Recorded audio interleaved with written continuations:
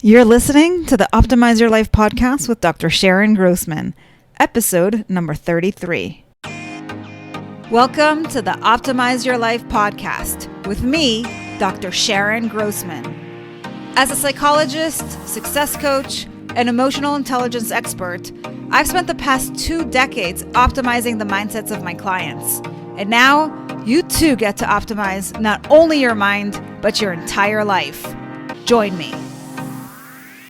Welcome back to another episode of Optimize Your Life. And one of the things that a lot of high achievers struggle with is procrastination. So let's take a look at this. And it's actually a great topic to think about because it's such a common experience that we have. And there's a good reason for that. So today what we're going to do is really take a look at why we procrastinate. And I came up with 5 different contributors, as well as 5 techniques to really turn this around, or what I call anti-procrastination techniques. So let's dive in. The biggest questions that I often get about procrastination is, why do I procrastinate? Some people wonder, is it because I lack motivation? Other people wonder, is it because I lack focus? And yet other people still wonder if it's just laziness. So why do we procrastinate? Well, as I was really thinking about this topic and scouring the internet to see what other people have said about this subject, here's what I came up with.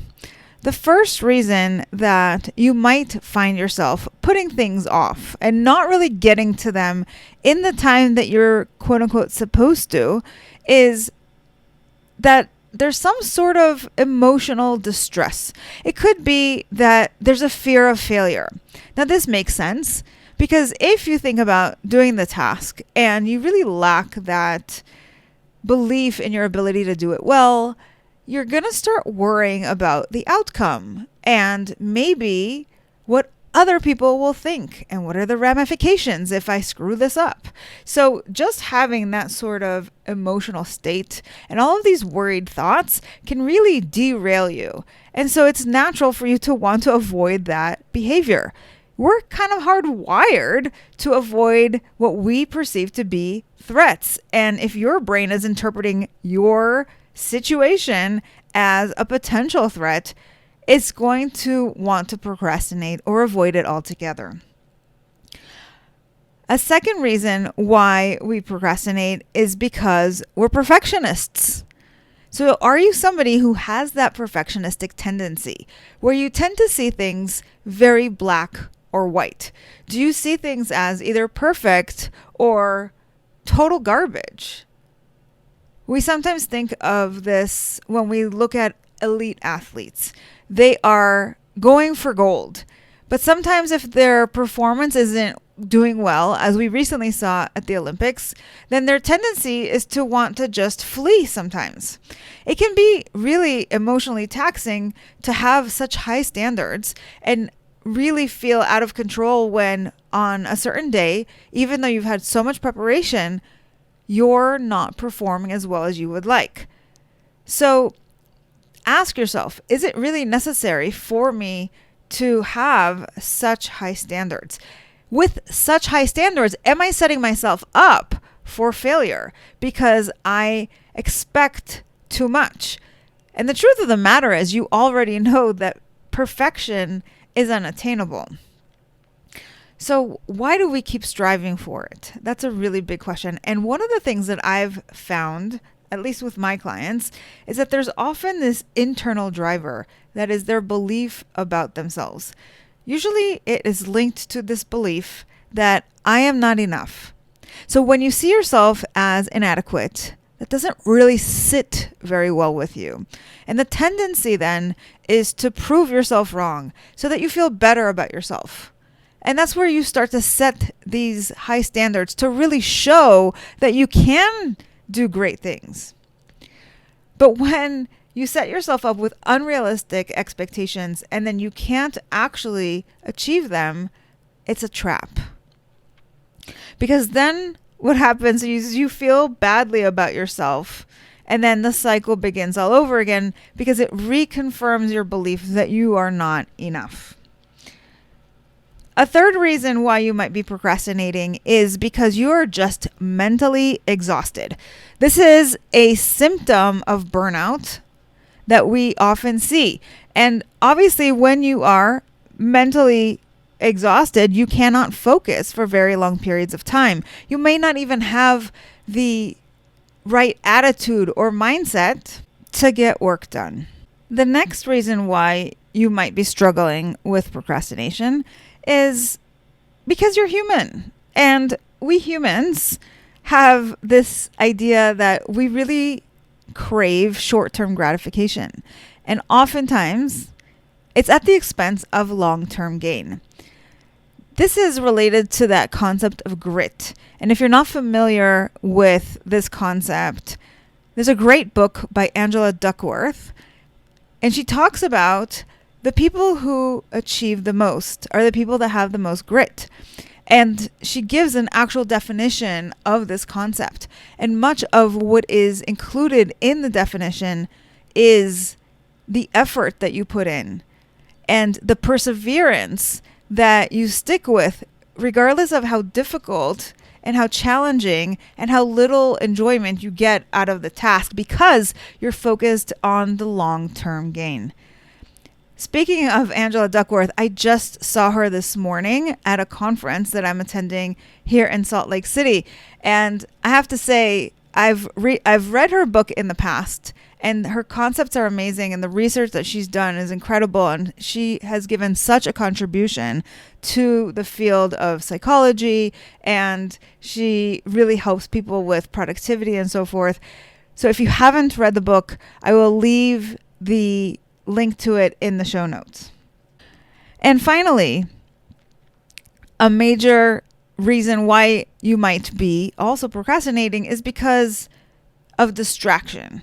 There are so many distractions nowadays between all of the digital things that surround us, like our phones, emails constantly streaming in, and things of that nature.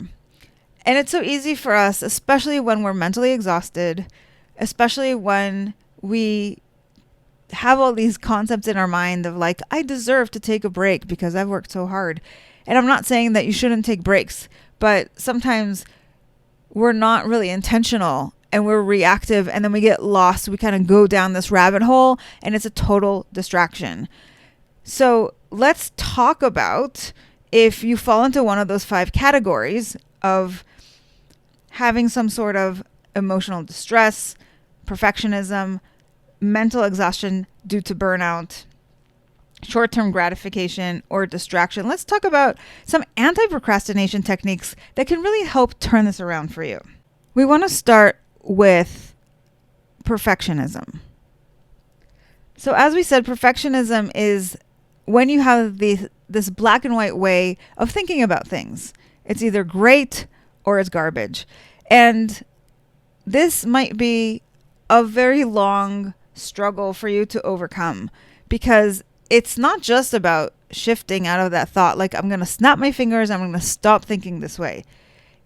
As I mentioned, if you are a perfectionist because of some underlying belief and there's something that you need to prove, and you have your whole identity wrapped up in how well you deliver goods and so forth, it's going to be very hard for you to turn this around.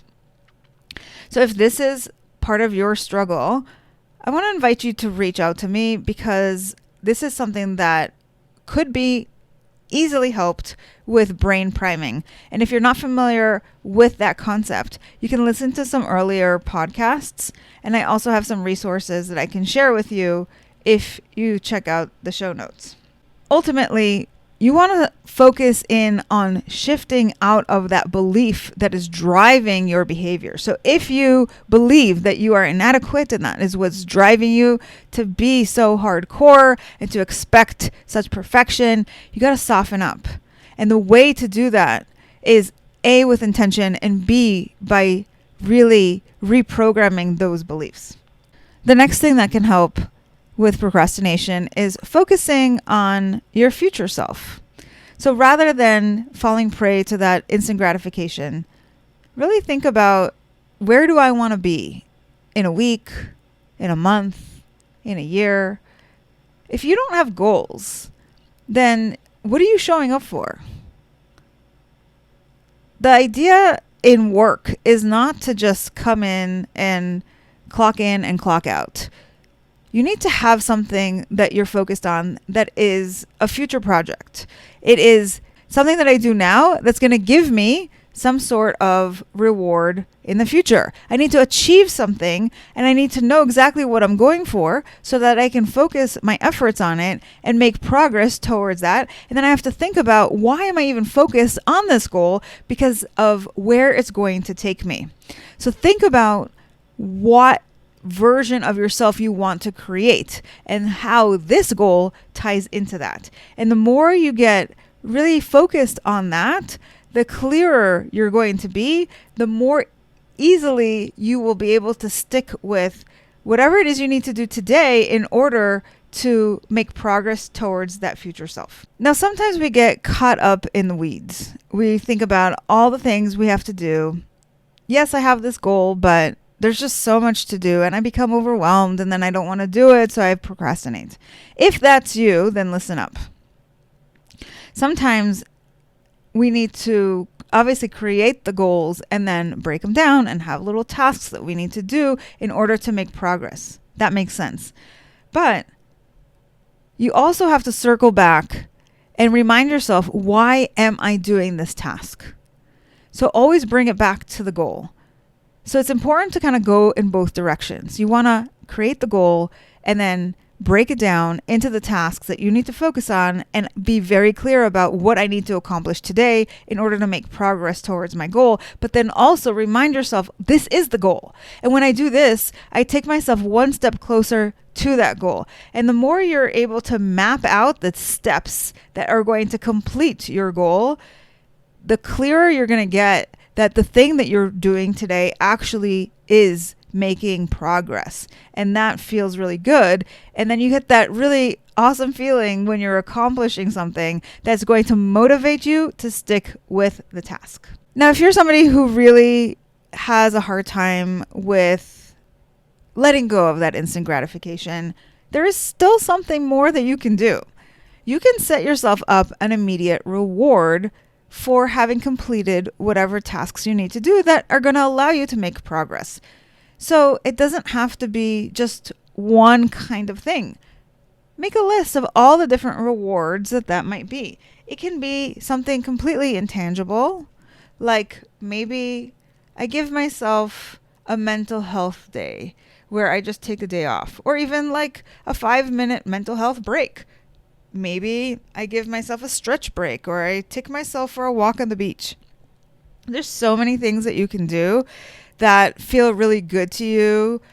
And when you combine that with your work, you can start to associate your work with something pleasant and pleasurable, because, hey, I get to do this work. I get a sense of accomplishment. And then I also get to go for a walk on the beach. How cool is that? I love showing up to work. I start to associate work with all this great positive emotion.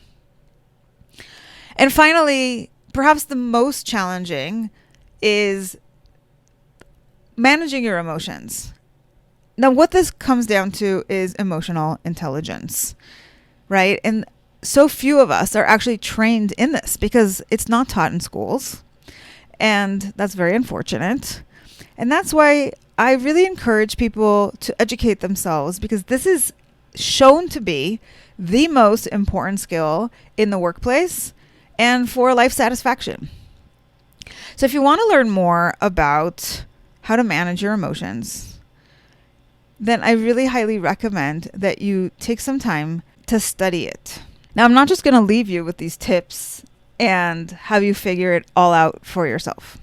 Instead, what I encourage you to do is grab a copy of the 7E Solution to Burnout, because it's going to give you tips and tools and strategies for both emotional intelligence, which helps with managing all of those distressing emotions that are leading you to avoid and procrastinate. And it's going to help with that mental exhaustion, which is the primary symptom of burnout.